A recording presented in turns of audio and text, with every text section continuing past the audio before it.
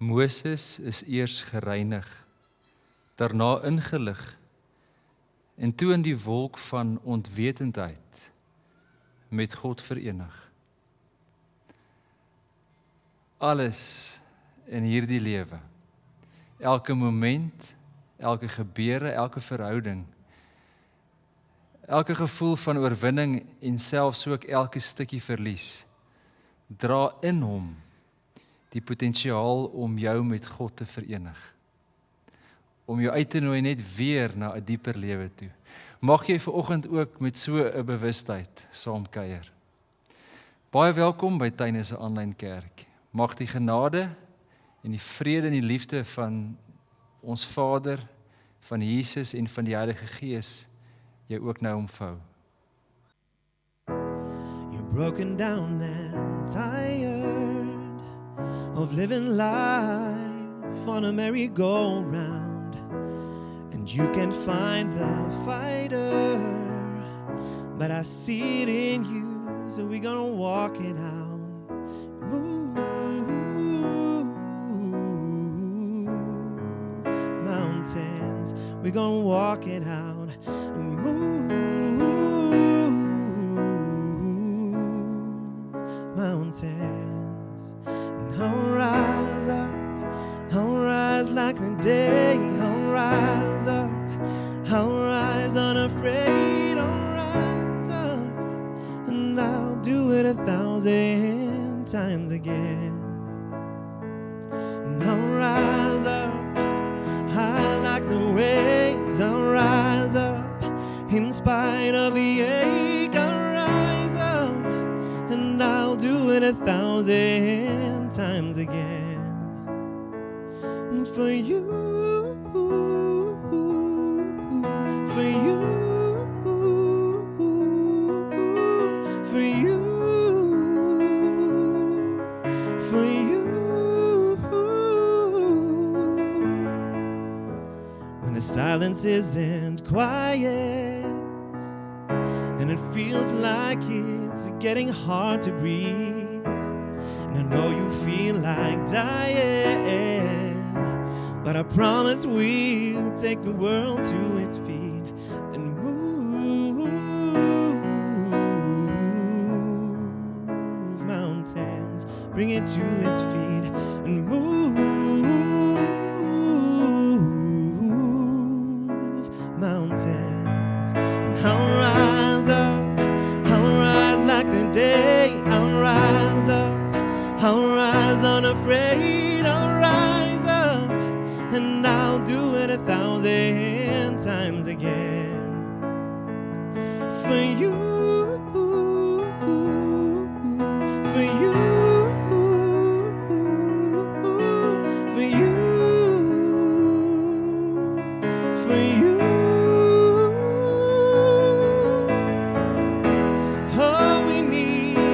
All we need is hope, and for that we have each other, and for that we have each other.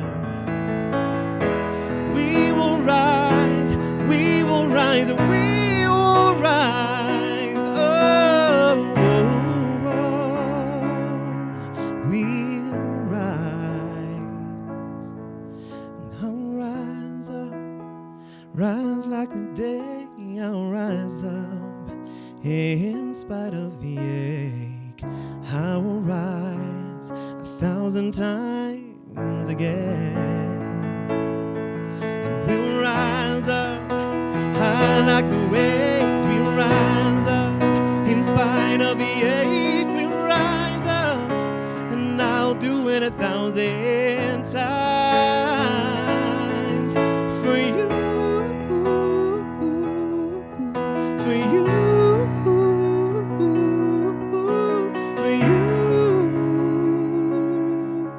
For you.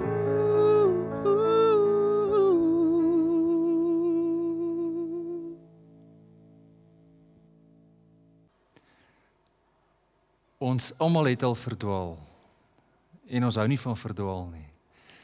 Of dit letterlik gesproke was, het iewers heen dalk gery of iewers gaan stap, en of ons dit dalk ook baie keer figuurlik bedoel. om verdwaal te voel en nie te weet waar jy is nie en ook nie te weet waar jy gaan nie en waar jy moet gaan nie, is vir ons bitter moeilik. Maar die groot ding van verdwaal is nie net dat jy nie weet waar jy is nie, maar dat jy ook nie weet hoe jy gekom het waar jy nou is nie. En ons maak baie keer daai fout, dan verdwaal iemand en dan bel ons iemand om te sê, hoorie, help my, ek het verdwaal, en dan vra ons daai dom vraag, hoorie, maar waar is jy nou? Wel, as ek geweet het waar ek is, dan was ek nie verdwaal nie, want ek geweet hoe om uit te kom. Ek kan vir jou sê, ek is hier by die groot geel huis met die groot boom, maar dit gaan my nie help nie. Ek dink van my graad 2 jaar af, deel van die voortrekker beweging, en as ek reg onthou, is dit lese vandag nog, hou koers. Met die hele gedagte dat ons moet rigting hê, moet weet waarheen om te gaan. Ons sit vir die volgende 4 weke met 'n nuwe tema, Kompas at COVID. En ons gaan luister na Bybelverhale, maar ook na eie tydse stories. Van ook hoe geloof en die verhouding wat ons met die lewende Here het, mense gehelp het om deur tye te kom. Tye van, ons noem dit vanoggend, dekonstruksie. Hoe ons daarby kon verbykom en weer 'n rigting en 'n sin kon vind. Nou, die meeste van ons hou daarvan om met 'n bepaalde konstruk of skema of paradigma te leef. Ek meen ons is so groot gemaak en is goed. En ons vat dinge baie maklik kop toe. Ons wil graag dinge verstaan en agter dit kom. Want so glo ons dat ons tog 'n mate van 'n beheer oor die werklikheid en oor my lewe. En die kerk het dit nogal moeilik gevind, so veral die tyd van die verligting af tot nou toe, so van die 15, 16 en 17e eeu af, het die kerk eintlik langs die universiteite of langs die wetenskap kom staan. En op een of ander manier het die kerk en gelowiges gedink, hulle moet ook, soos die wetenskap, duidelike en regheid en antwoorde op alles het. En ek dink nogal, dit het gemaak dat die kerk en gelowiges en Christene soos ek en jy dalk baie keer oneerlik voorgekom het, of arrogant ten minste, asof ons alles weet.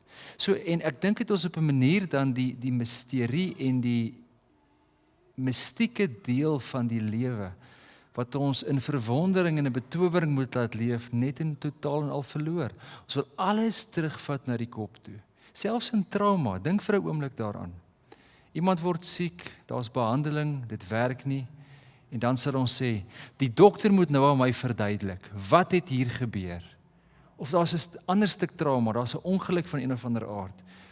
Dan sal ons baie keer sê, as ek net kan verstaan wat daai oggend gebeur het. So asof logika en rasionele denke die enigste greep is op hierdie lewe.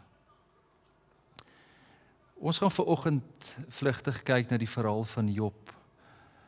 'n Verhaal wat ons dalk ook 'n bietjie verder gaan ingrawe in die volgende paar weke wat kom, maar vanoggend net so oorsigtelik die hele gedagte dat Job op 'n stadium vanuit weet oorbeweeg het na 'n nie weet.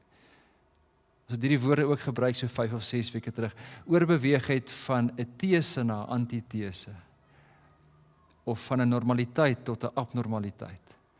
En het hy ook dinge probeer vat na sy kop toe. Hy en sy 4 vriende sit en hulle wonder, hoe werk die lewe? En elkeen kom met sy eie vrae, of dit nou Elifas of Bildad of Shofar of Elihu was. Elkeen kom met 'n antwoordjie, terug in skemas, terug in verstaan, terug in denke. Dis jou ongeregtigheid, Job. So omdat jy iewers iets verkeerd gedoen het, gaan bely net jou sonde, gaan maak reg met die Here. Jy sien die eenvoudige antwoord van jou ellende en jou nood en jou dekonstruksie wat jy nou beleef het, 'n baie eenvoudige verklaring. Nou, die verhaal van Job nooi ons nie terug na 'n eerste skema toe, vir alles verstaanbaar en eenvoudig is nie. Ek dink inteendeel, weet ons dat hierdie tipe geloofsworsteling wat ons kry in die verhaal van Job, ons eintlik uitnooi tot ontwaking. Ons uitnooi tot 'n aha moment. Om jou wel uit te nooi om te weet, maar om te weet dat jy nie alles weet nie. So jy moet weet, jy moet genoeg weet, om te weet dat jy nie alles weet nie. En ek dink dit is presies hoe Jesus kom praat het. As hy kom praat oor die koninkryk van God en oor sy teenwoordigheid en oor God se wil, het hy altyd gepraat in beelde of in metafore of in gelykenisse. Nie eenvoudig afgehandel, dis hoe God is, of dis hoe die koninkryk van God is soos. En dan gebruik hy 'n bekende beeld om iets van God se wêreld bekend te maak, maar nie noodwendig met die gedagte dat ek dit kan verstaan en in boksies kan sit en kan presies sê dit is hoe die lewe werk nie. Richard Rohr, 'n groot spirituele skrywer, maak dit baie eenvoudig en hy sê eintlik leef ons almal in 'n aanvanklike boks houer wat ons noem order, skema, paradigma, verstaan. Hy sê daar's 3 bokse. Ek noem hulle net gou weer: order, disorder, reorder. Of ons kan dit noem konstruksie, dekonstruksie, deurmekaar en dan 'n rekonstruksie. En ons almal word hopelik met 'n bepaalde konstruk of skema groot. Ons kan nie sonder dit nie. Dit is belangrik dat ons groot word met sekerhede. Die meeste van ons wat ek dink bo 35 is, het half in 'n eerste bok wêreld ook groot geword. Daar was baie dinge wat seker was. Die kultuur waarbinne jy geleef het, jou taal, jou toekoms, jou geskiedenis, jou herkoms, jou geloof, die manier hoe jy gekyk het na die lewe. Daar was redelike groot mate van sekuriteit en veiligheid wat vasgelê was en ons het daarvan gehou. Dis die eerste boks, die wêreld van ek weet, ek verstaan, ek het beheer. Maar dan gebeur dit met alle mense, let wel elke mens, wat op 'n stadium voel, hy begin voeling verloor met die eerste boks, met die eerste eenvoudigheid van lewe. En dan begin ons kritiese vrae vra, oor wie is ek en waar pas ek in, hoe werk die lewe, is dit die waarheid, ons raak ontnigter, ons vra kritiese vrae, en dan verlaat ons in 'n mate ons eerste boks, maar dit voel soos dood. Want dit wat nog altyd jou gehelp het en jou opgehou het, dit verval. En dan bevind ons in 'n baie vreemde wêreld. Baie mense beleef dit hoofsaaklik in 'n tweede helfte van die lewe krisis of 'n midlife crisis as jy dit so wil noem. Of net trauma of ongeluk of die lewe kom net na jou toe en ruk jou sekerhede onder jou uit. Vandag se jong mense, en ek dink 'n generasie of 2 terug, is eintlik gebore in die tweede boks. Van daar is nie orde nie. Hulle praat 'n wêreld waar fatalisme en half 'n traagminieagtige manier teenwoordig is, half 'n emptiness of 'n meaninglessness. Daar's min sekerhede en eintlik verander die wêreld baie vinnig en half te gou vir ons om seker te wees oor enige iets. Order, disorder. En ek dink dan kom ons by die uitnodiging. Ek dink wat Job en sy vriende, of waarskynlik Job ten minste, aan die einde van sy lewe besef. Gaan lees Job gerus, van waar hy van alles gestroop is, sy kinders, sy donkies en kamele, elke stukkie besitting, hy word self siek, en hulle probeer, hy en sy 4 vriende probeer alles weer terugvat na die eerste houer toe, van verstaan, en dan werk dit nie. Hy sit in die tweede boks en hy is kwaad en hy worstel met die Here en hy argumenteer en hy selfs aggressief. En dan gebeur daar tog iets van Job 38, 39, 40 en 41 af. Gaan lees daardie gedeelte weer waar God eintlik vir Job innooi, nie in antwoorde nie. Hoor mooi? Nie in verstaan nie, maar in God self in. In die misterie en in die verwondering van lewe en van wie en wat God is. Dan vra God vir Job 'n paar vrae en hy sê, bly jy nou 'n bietjie stil. Ek gaan 'n paar vrae vra, en dan vra hy vir hom vrae oor die seekoe en die krokodil en die volstruis en waar kom die sneeu vandaan? En in Job 42 dan antwoord Job vir die eerste keer weer. Kom ons lees daardie teks saam, Job 42. Net die eerste paar verse. Toe het Job die Here geantwoord en gesê: Ek weet dat U alles kan doen en geen plan vir U onuitvoerbaar is nie. Wie verberg die raadsbesluit daar sonder kennis? So het ek dan gespreek sonder om te verstaan, dinge te wonderbaar vir my wat ek nie begryp nie. Hoor tog en ek sal spreek. Ek sal U ondervra en onderrig U my. Volgens hoorsê het ek van U gehoor, maar nou het my oog U gesien. Daarom herroep ek en het ek berou in stof en as. Iemand het op 'n stadium gesê dat 'n teoloog is iemand wat die minste probeer verkeerd praat oor God. Ons het al baie in ons tuine familie gesê dat ons wil eintlik nooit en ons kan eintlik nooit in 'n skema glo of in 'n godsdiens glo of selfs in die Bybel glo nie. Nee, ons glo in God. Ons kan nooit dat die manier hoe God hom een keer geopenbaar het aan 'n mens 'n openbaardheid maak en daardeur God wil probeer beperk en sê dis die enigste manier hoe God werk en hoe God is, hoe die lewe lyk nie, want almal van ons gaan op 'n stadium deur hierdie lewe gaan waar die disoriëntasie kom. Of dit in jou eie lewe gebeur waar jy begin vra oor wie jy is, of jy regtig by jou lewensdoele uitgekom het, of dit jou huwelik is wat by 'n punt kom van ontnigtering, of dit jou kultuur is, jou herkoms, jou geskiedenis. Jy begin vra oor wie is ons nou regtig as daar 'n ons en 'n hulle is en waar pas ons nou in? Ons vra die vraag definitief as gelowiges.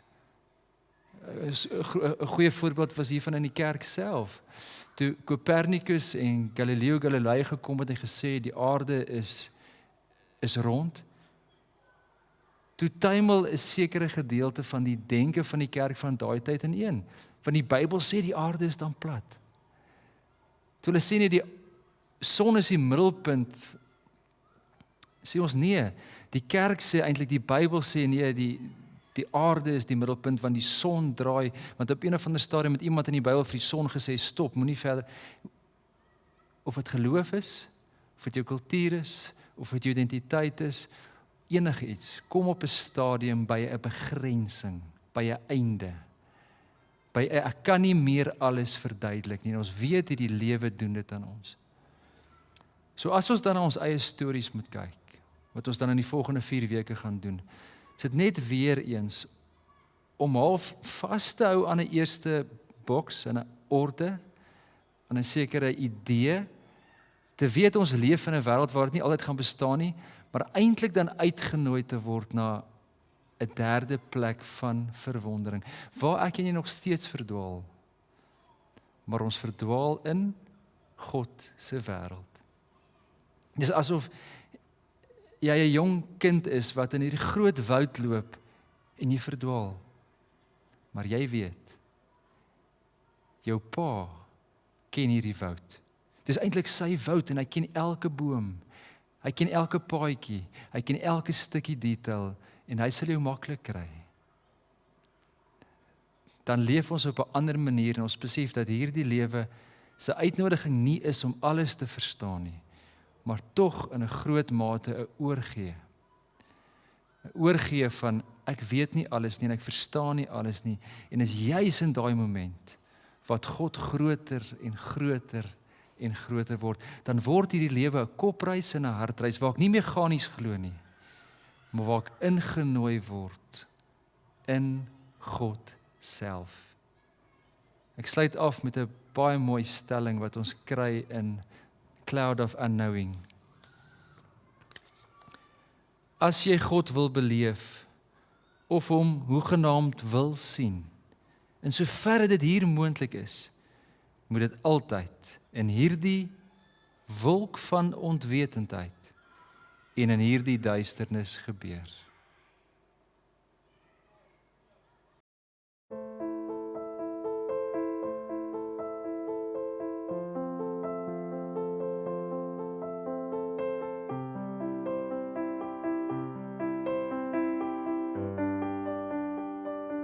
So many times you reached out to me, but I turned my back 'cause I didn't think you had what I need. And now you're everything to me, and I can't be without you, God. You're everything, and I want to say thank you. I was lost when you found me. I was dead inside and you breathed into me, and you brought these bones to life. And I want to say thank you for saving me. Thank you for loving me unconditionally, God. You stood with open arms, but I ran away 'cause I was scared of the pain that came with trust. Oh, but I came running back into your embrace, because I knew you'd still be there. You'd never leave me, God. I want to say thank you. I was lost when you found me. I was dead inside and you breathed into me, and you brought these bones life. I want to say thank you for saving me.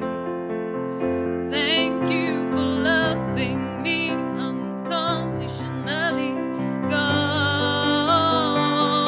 I don't deserve you, God. I don't deserve you, God. But you keep on loving me anyway. Oh, you never stop loving me, God. I want to say thank you. I was lost when you found me. I was dead inside and you breathed into me, and you brought these bones to life. I want to say thank you for saving me. Thank you for loving me unconditionally, God. Oh, thank you.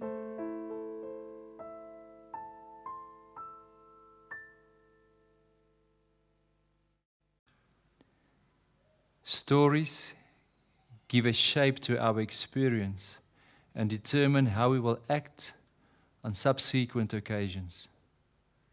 Our stories affect how others see us and how we interpret our place in the world.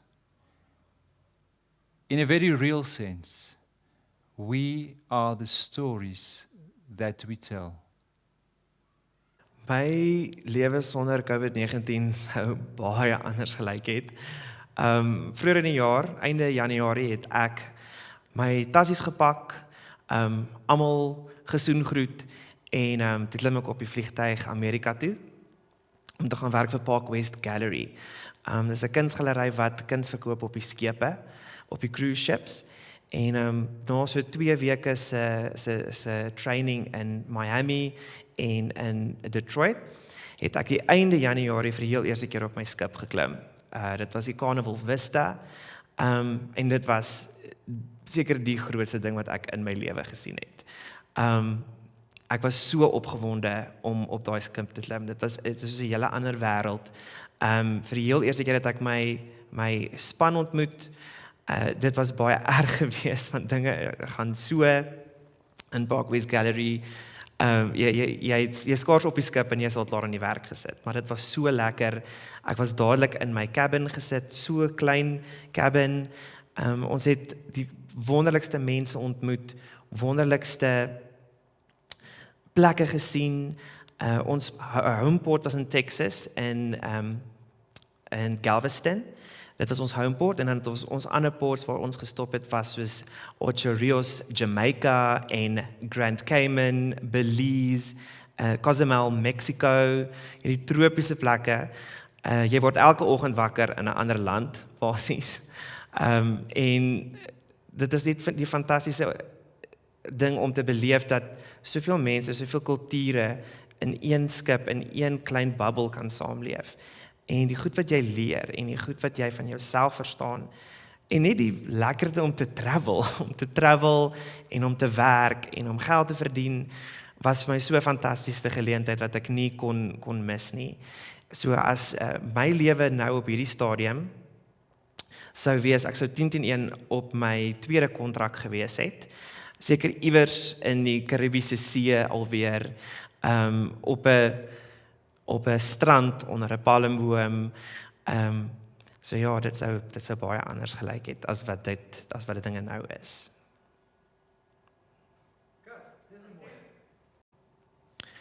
Ek was vir 'n som totaal van 'n maand en 'n half op die skip gewees, wat ons gewerk het, my voete stompies toe gewerk het en lekker geld begin maak het en net so lekker in die ding ingekom het. Toe het hierdie nuus deurgekom wat ons eers van die gaste af moes weghou, dat die skip sy dienste gaan opskort. Ons gaan heeltemal 'n total lockdown hê. En ons het nou al geweet van die begin van die jaar af dat hierdie corona ding wat iewers in Asië uitgebroei het, iewers daar in die verte is, maar nooit het ons gedink dit gaan ons eintlik werklik tref nie. En dit was die 14de Maart het ons gehoor dat ons nie meer vir die volgende cruise enige passasiers gaan oplaat nie. En ja, dit was dag 1 van wat op die ou einde 84 dae geword het op die skip. Ons was verbied om 1 toon van die skip af te sit as ons in port gekom het. Ons het daarom ons eie cabins gekry, want baie van die cabins waarin die crew gebly het nie eers 'n venster gehad nie.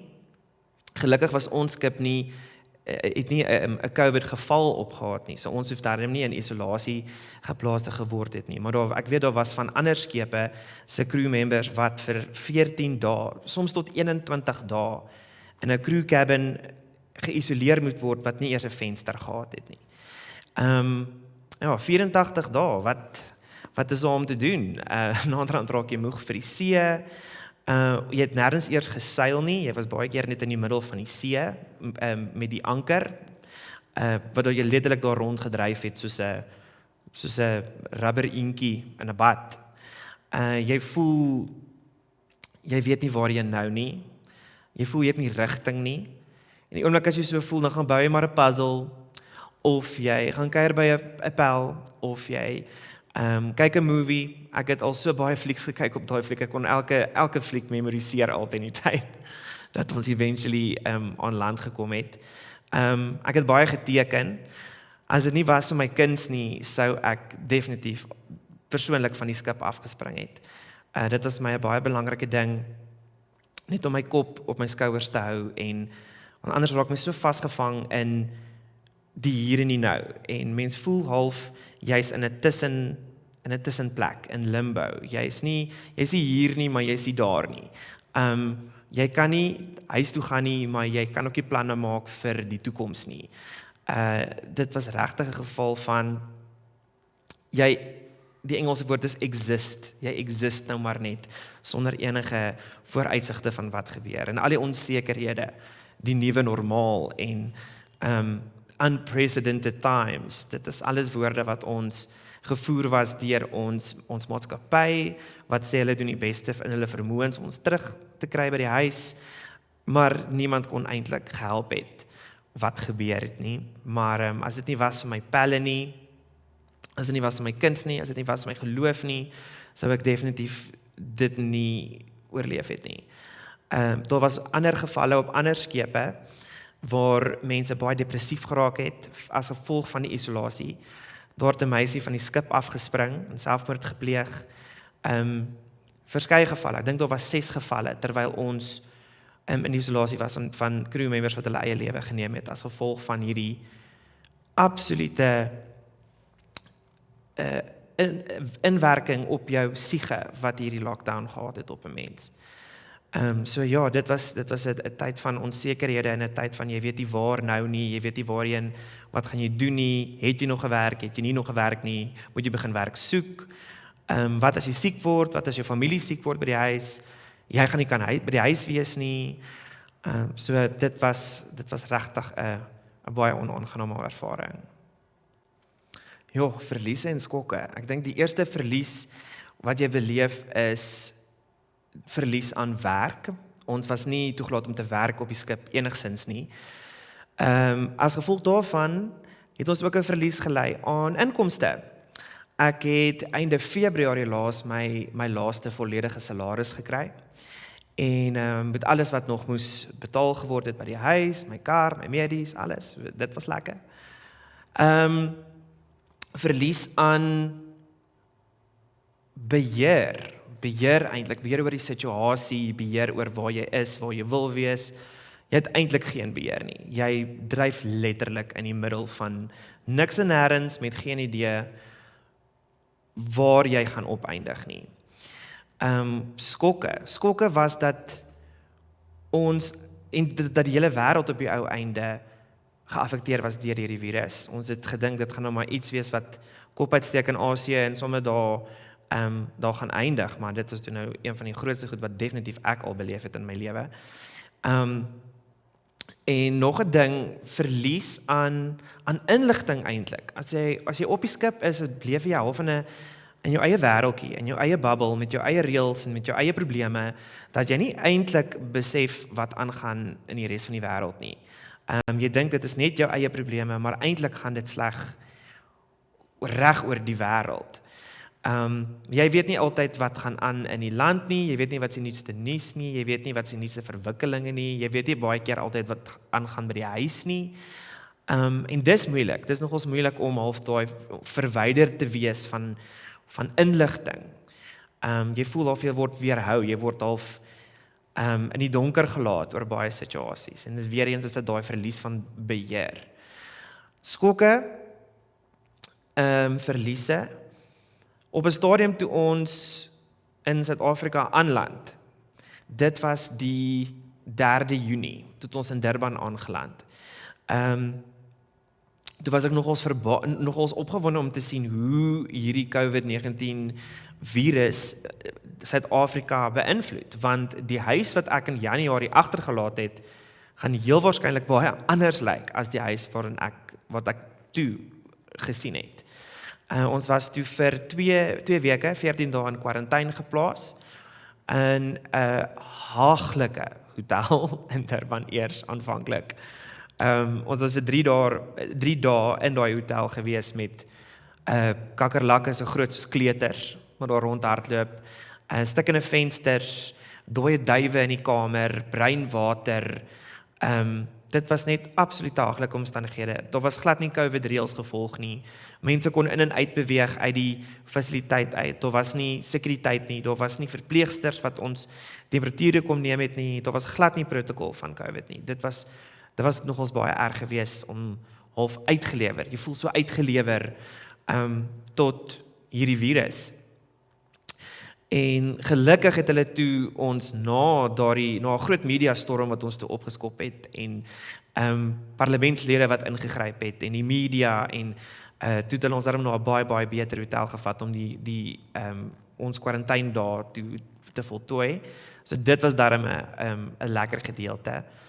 Maar ja, toe jy by die huis kom, dinge is anders. Jy kan nie gaan vir jou maatjies gaan hallo sê nie. Jy kan nie jou jou familielede gaan soengroet nie.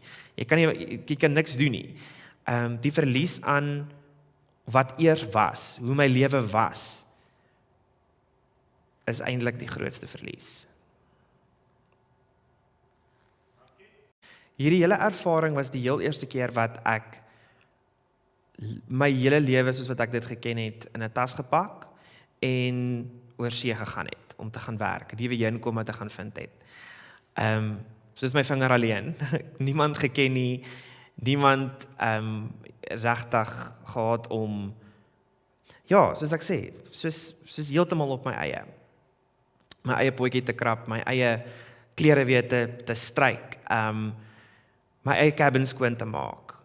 Dit is nogals vir my erg. Jy is so ver van alles. 5,000, oor die 5,000-6,000 kilometer ver weg van alles en almal wat jy ken en wat jy lief het. Maar die een ding wat my bygestaan het, is dat jou geloof altyd jou volg, waar ook al jy gaan. In die begin, toe ek gewerk het, was dit vir my baie erg. Die pas was erg. Ons het 7 dae 'n week gewerk en dit was te veel en het nie regtig tyd gehad om net asem te haal nie. So dit was vir my lekker om voor op die boot te gaan staan en oor die water te staar en na die son te kyk, na die wolke te kyk, die sonsondergang. En dan net te bid, of te praat, of te sing. Ek onthou een spesifieke dag wat vir my baie erg was, waar ek wou net huis toe gaan, ek wou net na my ma toe gegaan het. Waar ek voor op die punt van die boot gaan staan het, en ek het net gebid, en ek het gehuil, en toe ek opkyk en my oë oopmaak, was daar 'n skool van seker, ek weet nie of jy dit 'n skool noem nie, maar seker 20 tot 30 dolfyne, wat van die een punt af gespring het, letterlik uit die water uit, asof die Here dit vir my gestuur het en gesê, toe maar, ek is hier, ek hoor jou. So dit was vir my fantasties om te weet, ek kon altyd net, ek hoef nie te bekommer het oor of die Here daar is nie, want hy was definitief die hele tyd daar. Eventueel toe ons in lockdown ingegaan het, in isolasie, toe was dit die onsekerheid en die depressie en die angstigheid wat ingeskop het. En die een ding wat nog ons wegval in so 'n situasie waar jy die hele tyd in jou cabin moet wees. Jy kan net op sekere tye uitkom om te gaan eet. Jy het 1 uur in 'n dag om vars lug te kry. So jy spandeer baie tyd op jou eie. En dit was my belangrik om 'n roetine te kry. En my roetine was elke dag so en so en so. En een van daai punte op my roetine was Bybel lees. En ek het altyd Bybel gelees, maar vinnig ou versietjie en dan bid jy of jy lees 'n dagstukkie, maar nooit regtig Bybel gelees nie. En regtig Bybelstudie gedoen en regtig gebid en dit het my soveel kalmte gegee en soveel rigting gegee om net te wees. Om net te wees in die oomblik, om nie bang te wees oor wat kom nie. Die Here gaan dit uitsorteer. Ek weet daar's alles, hy werk met 'n plan met alles. Maar as dit, ja, my geloof was vir my onsaglik belangrik geweest in hierdie hele storie. En in baie opsigte is ek eintlik dankbaar dat hierdie gebeur het, want as alles wat jy ken van jou weggevat word, is al wat oorbly jou geloof. En dit het my definitief nader aan die Here gebring.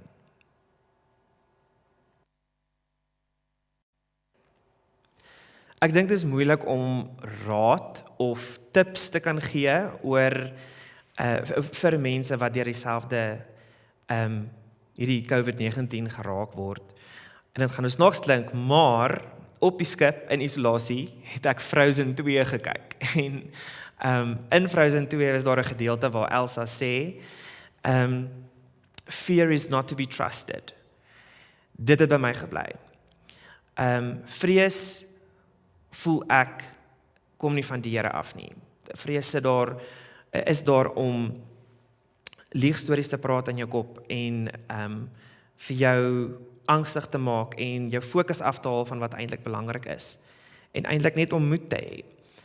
'n ander liedjie in Frozen 2 het Prinses Anna gesê. Sy het gesê, just do the next right thing. Al weet jy nie wat jy môre moet doen, of wat jy oor 'n maand gaan doen, hoe jy jou kar gaan betaal sonder 'n salaris, hoe jy so lank kan uithou om jou mense te sien.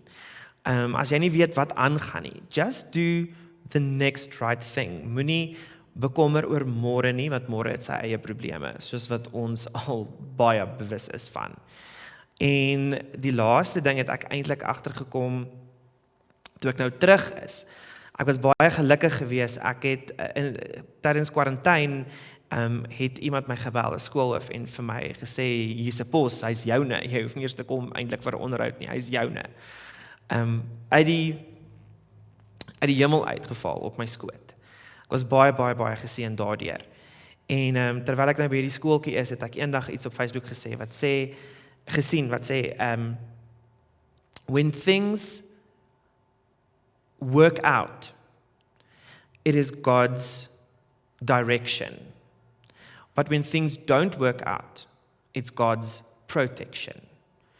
En dit is iets wat absoluut profound was vir my, en ek dink dit is die grootste raad wat ek vir enige iemand kan gee. Al werk dinge wat nie uitwerk nie, dit is die Here se manier om jou te beskerm. En ek weet van harte, daar is 'n plan met hierdie hele ding, daar is 'n plan met elkeen van ons lewens, daar is 'n plan met my lewe en jou lewe en almal se lewens. Ons moet net vertrou and just do the next right thing.